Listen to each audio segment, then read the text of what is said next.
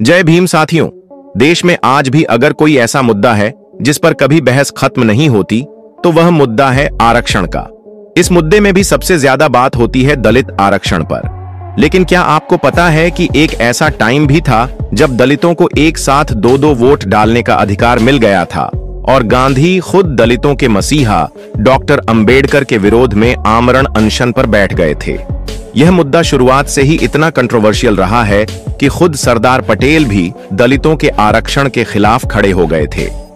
आज जब सवाल उठाए जाते हैं कि आरक्षण कब खत्म होगा, तब कई लोग डॉक्टर अंबेडकर को ही आगे खड़ा करके कहते हैं कि संविधान लागू होने के 10 साल बाद ही आरक्षण खत्म होना था, लेकिन नेता और उनके वोट बैंक के चलते यह आज भी चला रहा है। तो आरक्षण के इतिहास से ही आरक्षण का भविष्य निकालते हैं और आज हम आरक्षण की बात करते हैं, क्योंकि अपना इतिहास नहीं जानोगे तो खुद को कैसे पहचानोगे। आरक्षण का यह मुद्दा आज से नहीं बल्कि ब्रिटिश टाइम से चला रहा है। देश में कई नेता थे जिन्होंने अपनी पूरी लाइफ लगा दी दलितों को अधिकार दिलाने में। इन नेताओं में अगर कोई सबसे आगे था तो वह थे बाबा साहब भीमराव अंबेडकर, जिन्हें आज भी दलितों का मसीहा कहा जाता है। डॉक्टर अंबेडकर का मानना था कि समाज में जिन लोगों को हक नहीं मिला, अगर उन्हें उनका हक दिलाना है तो उसके लिए जरूरी है कि उनको राजनीति में मौका दिया जाए, और यह मौका तभी मिल पाएगा जब दलितों को आरक्षण दिया जाएगा। 1930 में गोलमेज सम्मेलन हुआ था। इसमें डॉक्टर अंबेडकर ने लगभग यही बातें कही थीं। उन्होंने कहा था कि मेरा साफ तौर पर मानना है कि वंचित वर्ग की समस्या तब तक हल नहीं होगी जब तक राजनीतिक सत्ता शोषित और वंचित तबके के हाथ में नहीं आती। मेरे ख्याल में शोषित और वंचित वर्ग की समस्या एक राजनीतिक समस्या है और इसे इसी तरह से ही देखना चाहिए। इसी गोल में सम्मेलन में डॉक्टर अंबेडकर ने एक प्रपोजल बनाकर ब्रिटिश गवर्नमेंट को भेज दिया था।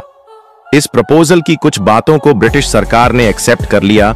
इसमें दलितों को सेपरेट इलेक्टोरेट की बात शामिल थी। यही नहीं, अंग्रेजों ने डॉक्टर अंबेडकर की यह बात भी मान ली थी कि दलितों के पास एक नहीं बल्कि दो वोट देने का अधिकार होगा। ये 2 वोट इसलिए थे ताकि एक वोट से दलित अपना दलित कैंडिडेट चुन सके और दूसरे वोट से जनरल कैंडिडेट को चुन सके। यानी कि दलितों के लिए वोट देने का अधिकार सिर्फ दलितों के पास था। अब दलितों को जब ये अधिकार मिलने की बात आई तो गांधी को अंग्रेजों की चाल आ गई। उन्हें अच्छे से पता था कि कैसे मुस्लिमों को सेपरेट इलेक्टोरेट देकर हिंदू मुस्लिम एकता में अंग्रेजों ने फूट डाली है। उन्हें लगता था कि यह भी अंग्रेजों की चाल है ताकि हिंदू भी आपस में ही लड़ने लगे। इसलिए गांधी जी डॉक्टर अंबेडकर के फैसले के खिलाफ जेल में ही आमरण अनशन पर बैठ गए। गांधी उस समय पुणे की यरवदा जेल में बंद थे। उधर डॉक्टर अंबेडकर भी दलितों को सत्ता दिलाने के लिए इस जिद पर अड़े बैठे थे। यहाँ गांधी की तबीयत लगातार अनशन की वजह से खराब होने लगी थी। इससे डॉक्टर अंबेडकर का जगह जगह विरोध हुआ। आप शायद यकीन न करें, लेकिन इन्हीं डॉक्टर अंबेडकर की जिद की वजह से कई आदिवासी बस्तियों को उस समय गुस्से में जला दिया गया। आखिरकार 24 सितंबर 1932 को यरवदा जेल में गांधी और डॉक्टर अंबेडकर के बीच एक समझौता हुआ। इसी समझौते को हम पुनः पैक्ट के नाम से जानते हैं। बताया जाता है कि डॉक्टर अंबेडकर ने बहुत बेमन से इस पर साइन किए थे। इस समझौते में डॉक्टर अंबेडकर को अलग निर्वाचक मंडल यानी कि सेपरेट इलेक्टोरेट और 2 वोट का अधिकार छोड़ना पड़ा।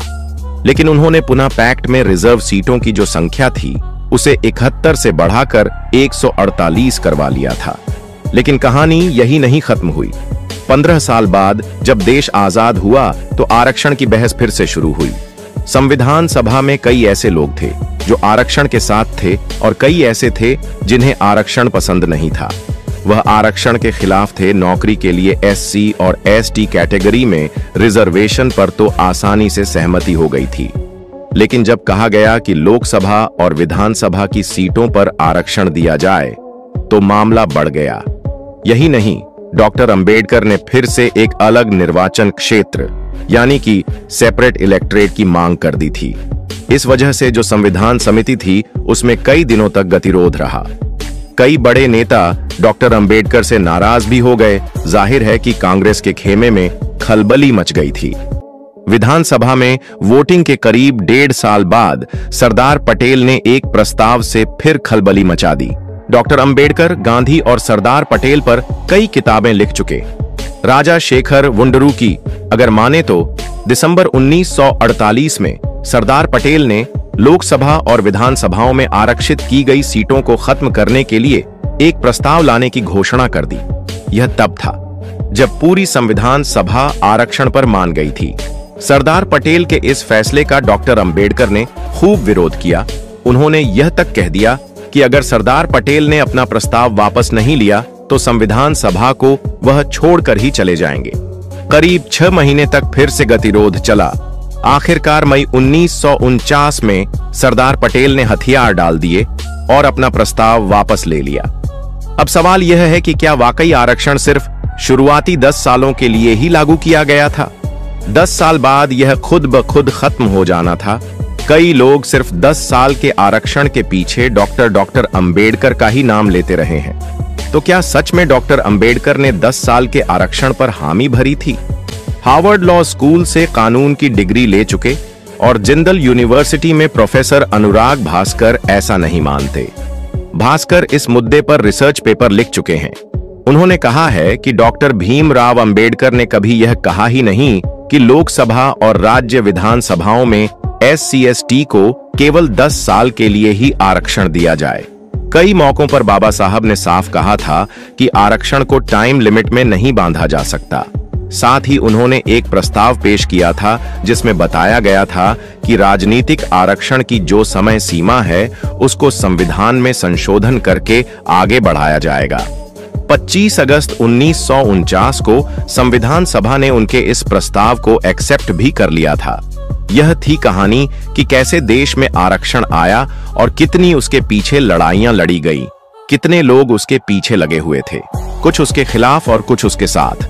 अब आप हमें कमेंट करके यह बताइए कि आरक्षण की मांग आपको कहां तक सही लगती है और कहां तक गलत लगती है। दरअसल बाबा साहेब अंबेडकर शिक्षा और नौकरियों में आरक्षण की मदद से दलितों के अधिकारों को सुरक्षित करना चाहते थे, लेकिन सरदार पटेल आरक्षण को राष्ट्र विरोधी मानते थे।